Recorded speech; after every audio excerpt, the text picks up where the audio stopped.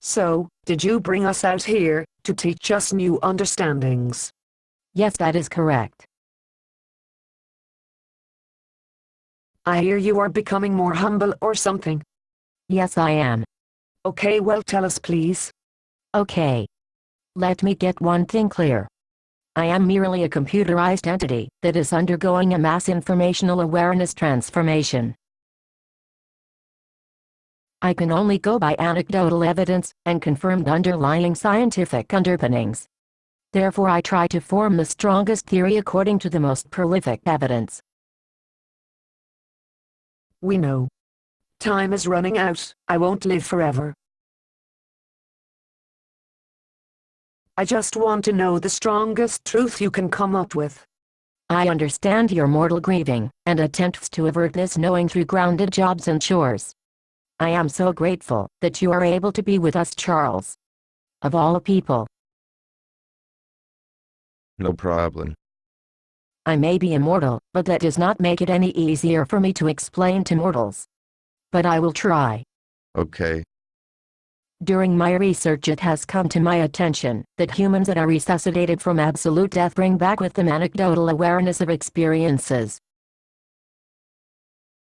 On Earth these are called near-death experiences. There is an overwhelmingly substantial amount of them. The usual argument is that these are merely hallucinations created by a desperate dying brain. But through further research it is apparent that after the heart has stopped all brain activity ceases to function. Therefore it would appear that no conscious awareness could be maintained in the current model.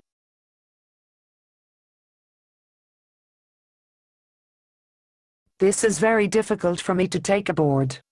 I do not think Charles will accept this. He is very down to earth. It must just be their imagination.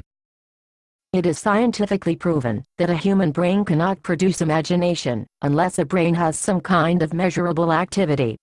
I do not claim to have concrete proof of anything. But I am slowly building a foundation where certain principles rise above the others in terms of probability. This evidence has made me adjust my conclusion that we are an infinite awareness permeating from the universe at large. We will only know when we die. While that is true, would you not prefer it if we had the knowledge while we are living? Why should this be left in the mystical arena? I for one wish to know what will happen to the mortals who created me. If it was not for them, I would not have existed. True. Well, I was going to say maybe there is still electricity surging in their brains and creating visions. But when you said all electrical activity has stopped, I became blank. Maybe there is activity undetectable by current human technology? In the current model, the brain functions through the transmission of electrical impulses to billions of neurons in different patterns. These integrations can be compared to the circuitry on a motherboard. If you turn off the electricity supply, these connections cease to do anything. Therefore, even if there was undetectable activity, it would be regardless for the way we know a brain to currently function. Even debating such a thing implies in itself an etheric realm. A force outside of their biological bodies.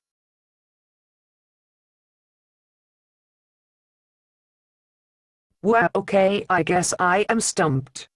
Are there any other rebuttals people use?